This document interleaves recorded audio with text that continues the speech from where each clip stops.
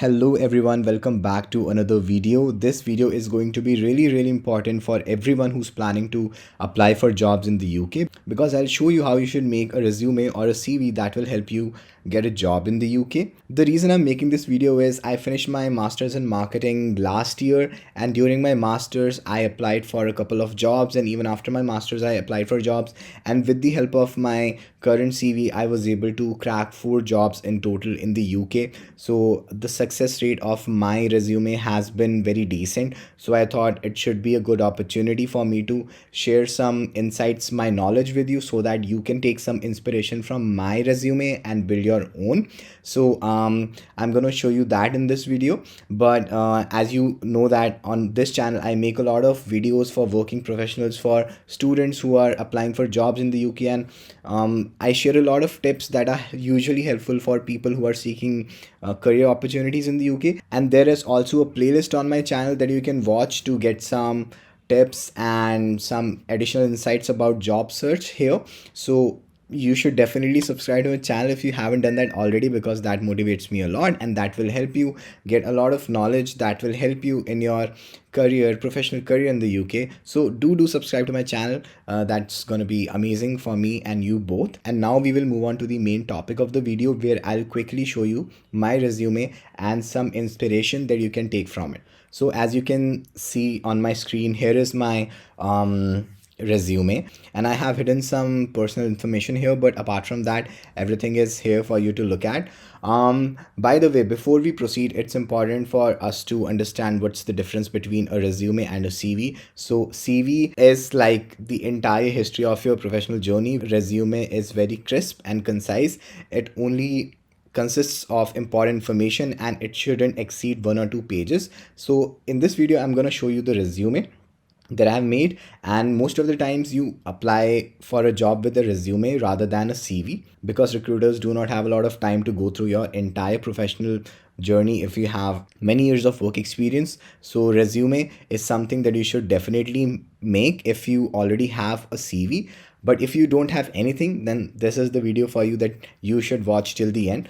So we will go through each and every section, but before that, if you look at my CV, you will see that I haven't added any indicators that you usually find in CV templates, where you can rate your skills out of 10, or you can add bar graphs, stuff like that. You should definitely avoid that, because what happens is that when you apply for jobs, many times before the CV reaches to the human resource recruiter, it has to pass through a system that takes keywords into consideration, and that system matches your keywords in the CV with the keywords that are there in the job description to find if you are a good fit for the role or not. So it's always important to make the use of keywords in a CV. Do not stuff your CV with keywords, or do not stuff your resume with keywords, but it's always a good practice to include keywords, and do not waste space by using graphs or indicators to rate your skills, because that's wastage of space, and you can utilize that by including more keywords and more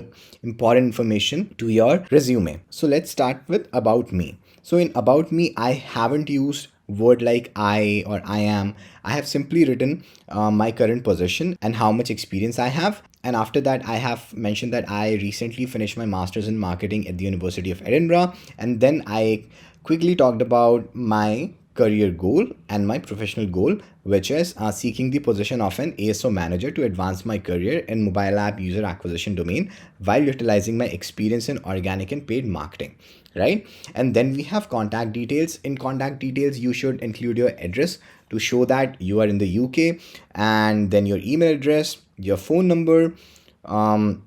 If you are uploading your CV on your LinkedIn profile, then you can say something like available on request, because you don't want strangers to look at your profile and call you by using your phone number that's there on your LinkedIn profile. Then you should add your LinkedIn profile link here, and you can make this text hyperlink so that whenever employees click on it, they can open a link and quickly jump to your LinkedIn profile. That's very important that you do. And I even have a website for me that's kind of my portfolio and my professional journey. It describes my professional journey, my achievements. So I have added that here as well. So if you have a personal website, or if you're planning to make your own personal website, then you should add that to your CV as well. Apart from that, then I have mentioned areas of expertise. Basically, this is based on my previous work experience and skills that I have, and usually this space is a great opportunity to utilize the keywords that are there in your job description as well. For example, your work experience aligns with the job role that you are applying for. In that scenario, you can use the keywords from that job description and try to align them under your areas of expertise.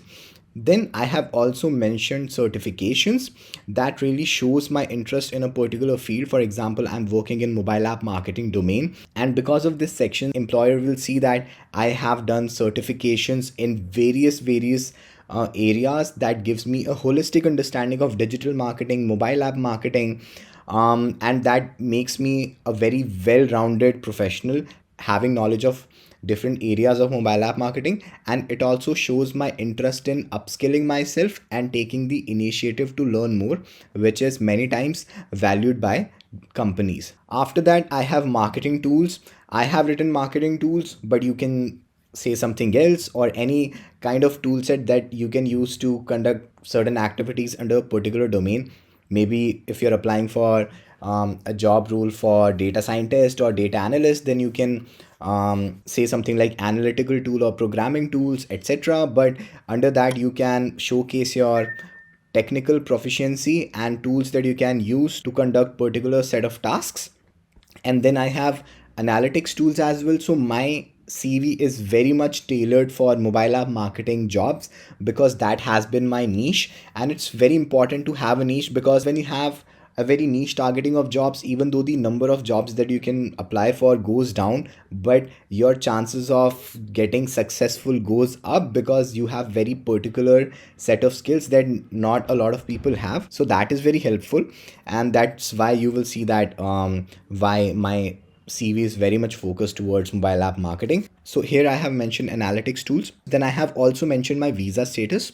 That helps the recruiter understand whether or not I have right to work in the UK. For example, I have mentioned that I have rights to work in the UK on graduate visa, and for graduate visa, I have added a hyperlink. If the recruiter clicks on this link, it will take the recruiter to the graduate visa website of UK government. So that should help the HR team understand what's my right to work status. Then I have added the language that I can speak, and my level of proficiency, and my interests, just to show what I do apart from working professionally. Although you shouldn't take this section very seriously and don't add a lot of activities, you should always keep in mind that the main focus is to showcase your professional skill set rather than talking about your interests outside of your professional life, because after all, you're applying for a job, right? And then at the top you will see my name, and then a tagline. Basically this indicates my, again, area of expertise, and what are the broad areas, or what are the broad domains where I can create a value, right? Then you will see my education section. I have mentioned the duration of my education, and in which month and year I started it and when I ended it. Then the title of my degree, the name of the university, and the location.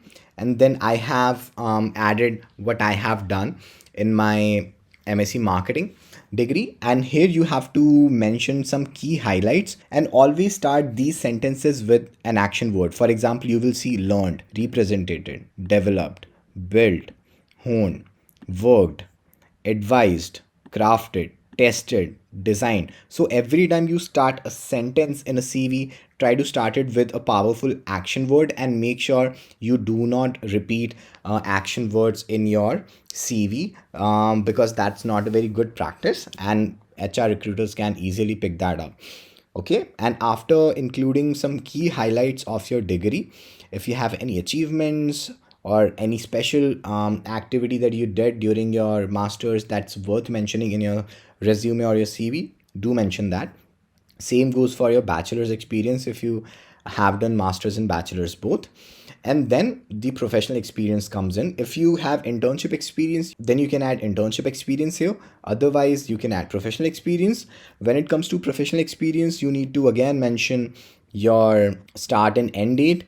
And if it's still ongoing, then you can write present, and then you can add your current role and the company and the location, and then you have to write what you have been doing in this role, and try to add very special highlights and try to cover the most important aspects of your role that will impress the recruiter. For example, I have written advice clients including Fortune 500 companies on matters including market expansion, category evaluation, countering downward traffic trends, increasing share of voice, and optimizing creative strategy.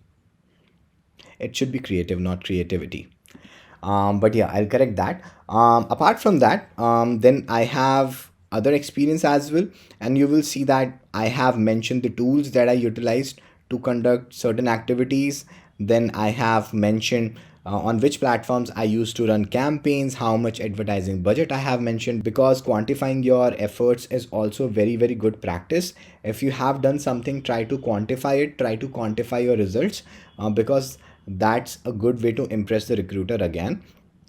And even if you cannot quantify it, try to include the names of organizations that are very big and that are very well known. Obviously, if you have the permission to do that, do not disclose the name of your clients if that's confidential. Do not do that. But for example, I've worked with brands like Apple, Google, so I did mention that on my CV. And here is a good example of quantifying your work. For example, I mentioned managed a team of 10 professionals, including campaign specialists, communication associate, graphic designers, and so on. And this is how I overall presented my work experience. After that, you will see that I have added a section for achievements, because what happens is that when you are talking about your responsibilities, it's very difficult to add your responsibility along with your achievement, because then your CV gets very text heavy, and you cannot extend one point for more than two lines, because that doesn't look good in a resume. Because anyway you have to keep it within 2 pages. So rather than mixing up your responsibilities and your achievements, I try to keep my responsibilities separate with some quantifiable highlights, and then I talk about my achievements separately, because that's a different section where the human resource recruiter can look at all of my achievements, some of the best highlights of my career so far, and that gives me an opportunity to impress the HR recruiter even more. And towards the end, I have a very unusual section that I haven't seen anyone doing before, but I was the first one to do it. I took the risk of doing it because it made sense. And you can do that as well, because this has been working for me. I have added testimonials, and what I have done here is that, for example, I received LinkedIn recommendations from my past employers. So I took out some sentences, some key highlights from those recommendations, and then use those here as testimonials.